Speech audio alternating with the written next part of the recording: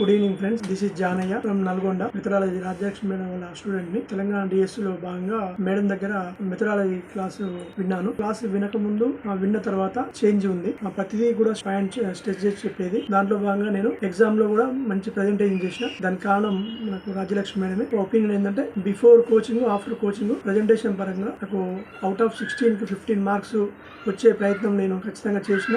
దానికి కారణం మేడమే.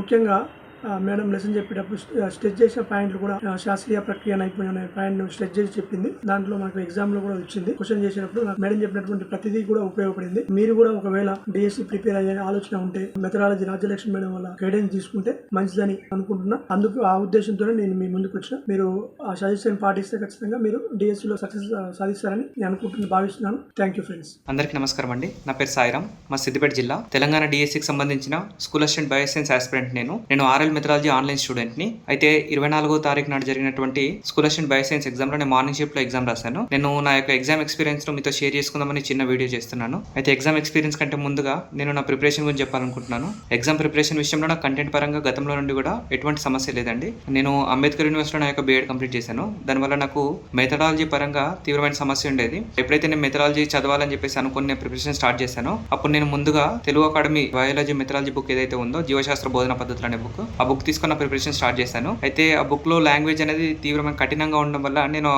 భావనను పూర్తిగా అర్థం చేసుకోలేక తీవ్రమైన సమస్య ఎదుర్కొన్నాను. బీఎడ్ చేసినప్పుడు కేవలం ఎగ్జామ్స్ కోసం అన్నట్టుగానే చదువుకోవడం వల్ల సబ్జెక్ట్ పరంగా పర్టికులర్ చెప్పాలంటే మెథడాలజీ పరంగా నాకు ఎటువంటి అవగాహన అనేది లేదు.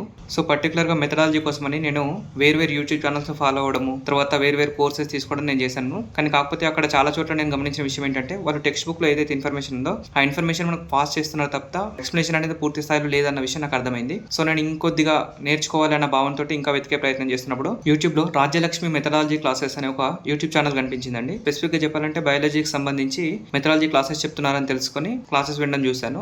మేడం గారి క్లాసెస్ లో ఆగమన నిగమన ఉపగమాలకు సంబంధించి ఒక క్లాస్ విన్నానండి. మేడం గారి ఎక్స్ప్రెషన్ నాకు చాలా బాగా నచ్చింది. దానివల్ల నేను మేడం గారికి కాంటాక్ట్ అయ్యాను. కాంటాక్ట్ అయ్యి మేడం గారు మేము క్లాస్ వినాలనుకుంటున్నాను అంటే, మేడం గారికి ఒక యాప్ ఉందన్న విషయం నాకు అప్పుడు తెలిసింది. ఆ యాప్ లో నేను క్లాసెస్ పర్చేజ్ చేశానండి. ఆ తర్వాత మేడం గారి క్లాసెస్ విని నేను పూర్తి స్థాయిలో నేను మెథడాలజీ పరంగా నేను ఒక పట్టు సాధించాను. ఆ తర్వాత మేడం గారు ఇదే విషయంలో అభ్యర్థులు ఎవరైతే ఉన్నారో వాళ్ళకి సపోర్ట్ చేయడం కోసం మేడం గారు తన సొంతంగా రాసినటువంటి మెటీరియల్ కూడా అందించడం జరిగింది. అది కూడా మాకు ఎంతగానో ఉపయోగపడింది. మేడం గారి క్లాసెస్ రిపీటెడ్ గా విన్న తర్వాత మా యొక్క అవగాహన పరీక్షించుకోవడం కోసం మేడం గారు ఒక టెస్ట్ సిరీస్ ని స్టార్ట్ చేశారు. ఈ టెస్ట్ సిరీస్ లో ఉన్న క్వశ్చన్స్ ఏవో టెక్స్ట్ బుక్ నుండి డైరెక్ట్ గా కాకుండా మేడం గారు పూర్తి అప్లికేషన్ స్థాయిలో క్వశ్చన్స్ ఇవ్వడం వల్ల వాటన్నిటిని పూర్తి స్థాయి కంప్లీట్ చేశాక మాకు మెథడ్ పైన ఇంకా పూర్తి స్థాయి అవగాహన ఏర్పడింది. దానివల్ల మేము ఆ క్వశ్చన్స్ అన్ని కంప్లీట్ చేశాక ఎగ్జామ్ హాల్కి వెళ్ళిన తర్వాత మాకు అసలు మెథడ్ పైన పూర్తి స్థాయి భయం లేకుండా పోయింది. అందుకే నేను ఎగ్జామ్ హాల్కి వెళ్ళిన తర్వాత నేను నా యొక్క ఫస్ట్ అటెంప్ట్ చేయడం అనేది పేపర్లో మనకున్న 4 సబ్జెక్టులో నేను ఫస్ట్ అటెంప్ట్ చేయడం అనేది మెథడ్ తోటి స్టార్ట్ చేశాను. మెథడ్ తో ఎప్పుడైతే నేను స్టార్ట్ చేశానో నాకు చాలా సంతోషంగా అనిపించింది. దానికి గల కారణం ఏంటంటే, మేడం గారు మధ్యలో ఒక టాపిక్ చెప్పారండి. ఆ టాపిక్ ఏంటంటే తారాదేవి శిఖరాగ్ర సదస్సు అని ఒక పర్టికులర్ అంశం చెప్పారు. ఇది మనకి ఎక్కడ టెక్స్ట్ బుక్ లో కానీ బయట ఎక్కడ మెటీరియల్ లో కానీ మనకు కనిపించదు.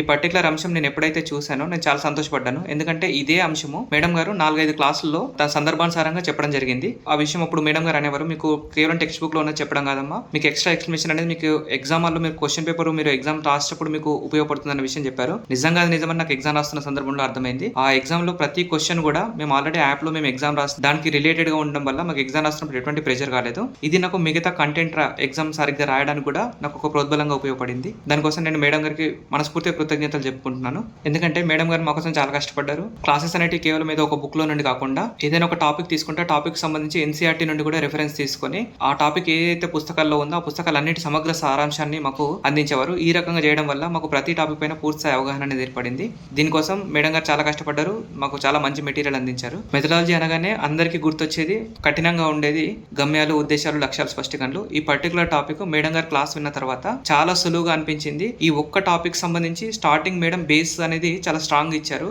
ఒక 2 గంటల వీడియో దాదాపుగా ఈ పర్టికులర్ బేస్ ఇవ్వడానికి మేడం ప్రయత్నించి ఆ తర్వాత కాన్సెప్ట్ అంతా మాకు అర్థం చేసుకోవడం చాలా సులువుగా అయ్యేట్టుగా చేశారు. ఈ ఎగ్జామ్ లో మిగతా పేపర్ గురించి మాట్లాడుకోవాలంటే కరెంట్ అఫైర్స్ కానీ జీకే కానీ మనం ఎక్స్పెక్ట్ చేసిన రేంజ్ లో అనే పేపర్ లేదండి. చాలా కఠినంగా ఉంది. కరెంట్ అఫైర్స్ సంబంధించిన క్వశ్చన్స్ చాలా తక్కువగా ఉన్నాయి. జీకే సంబంధించిన ప్రశ్నలు చాలా ఎక్కువగా ఇచ్చారు. అదేవిధంగా కంటెంట్ అనేది 10th క్లాస్ దాటిపోలేదని నాకు అనిపించింది. పర్స్పెక్టివ్ ఎడ్యుకేషన్ కూడా మనం ఏదైతే టాపిక్స్ ఎక్స్పెక్ట్ చేస్తామో, ఫర్ ఎగ్జాంపుల్ ఎన్సీఎఫ్ 2005 కావచ్చు, ఆర్టీఈ 2009 కావచ్చు, తర్వాత విద్యా నిర్వచనాలు కావచ్చు, వీటన్నిటి నుండి ప్రశ్నలు లేవండి. కంటెంట్ ఒకటి ఎవరైనా చేసేట్టుగా ఉంది. మిగతా పేపర్లో ఎవరైతే మెథడ్ సరిగ్గా చేయగలుగుతారో వాళ్ళకు జాబ్ వచ్చే అవకాశం చాలా ఎక్కువగానే నేను నమ్ముతున్నాను. ఫైనల్గా నాకు మెథడాలజీ పరంగా చాలా సపోర్ట్ చేసి నన్ను ఈ స్థాయిలో ఉంచినందుకు రాజ్యలక్ష్మి మేడం గారికి నేను మనస్ఫూర్తిగా థ్యాంక్స్ చెప్పుకుంటాను. 31st రోజు ఎవరికైతే ఎగ్జామ్ ఉందో వాళ్ళు 10th క్లాస్ వరకు కంటెంట్ సరిగ్గా చూసుకొని మన యాప్లో ఉన్నటువంటి మెథడ్స్ ప్రాక్టీస్ బిట్ చేయండి.